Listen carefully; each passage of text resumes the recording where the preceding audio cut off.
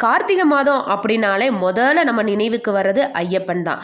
அந்த ஐயப்பனோட உண்மையான வரலாறு என்னன்னு தெரியுமா? முருகன் எப்படி கர்ப்பப்பை வாசமே இல்லாத சிவனோட நெற்றிக்கண்ணிலிருந்து உருவானாரோ அதே மாதிரி ஐயப்பனும் கர்ப்பப்பை வாசம் இல்லாது சிவனுக்கும் மோகினி அவதாரத்தில் இருந்த விஷ்ணு பகவானுக்கும் இருவரும் கைகளில் பிறந்தவர் தான் ஐயப்பன். இந்த குழந்தைய பம்பை நதிக்கரையிலேயே விட்டுட்டு போயிடுறாங்க. அந்த நேரத்துல தான் பந்தல மகாராஜா ராஜசேகர மன்னர் அந்த காட்டுக்கு வேட்டையாட வர்றாங்க. அப்ப ஒரு குழந்தை அழுகிற சத்தம் கேக்குது. அப்ப அந்த ஆற்றங்கரையோரத்துல போய் பார்க்கும்போது ஒரு சின்ன சிறு குழந்தை கழுத்துல மணிகளோட இருந்திருக்கு. அப்பதான் மணிகண்டன் அப்படின்னு பேர் வச்சு அந்த குழந்தைய எடுத்துட்டு போயிட்டு வளர்க்குறாரு. ஒரு மன்னர் அப்படின்றதால போர்க்கலைகள், வீரம், விவேகம் எல்லாத்தையுமே கத்து கொடுத்து அந்த குழந்தைய வளர்க்குறாங்க. குழந்தை வளருது. 11 வயசாக இருக்கும் பொழுது அந்த குழந்தைக்கு முடிசூடணும் அப்படின்னு மன்னர் முடிவு பண்றாரு.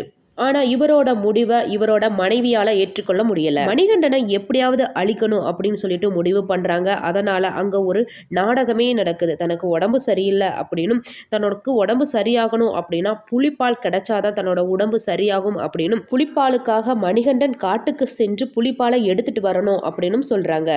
இந்த முடிவு எதுக்கு அப்படின்னா, மணிகண்டனை சாதாரணமா நினைச்சுக்கிட்ட அந்த மன்னரோட மனைவி மணிகண்டன் காட்டிலேயே புலி அடிச்சு இறந்துருவாரு அப்படின்னு சொல்லிட்டு தப்பு கணக்கு போட்டிருக்காங்க. ஆனா மணிகண்டன் யாரு? ஒரு தெய்வ அவதாரம் இல்லையா? அதனால புலிப்பாலோட புலிகளின் கூட்டத்தோட நாட்டுக்கே வந்துட்டாரு மணிகண்டன்.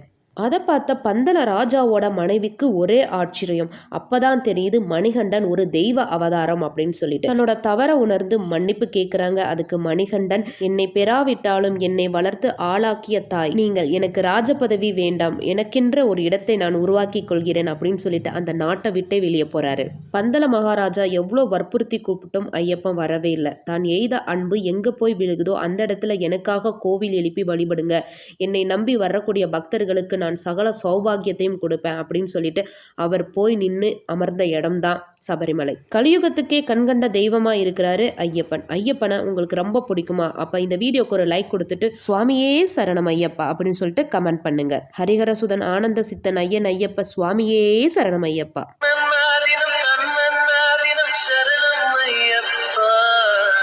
ஐயப்பா.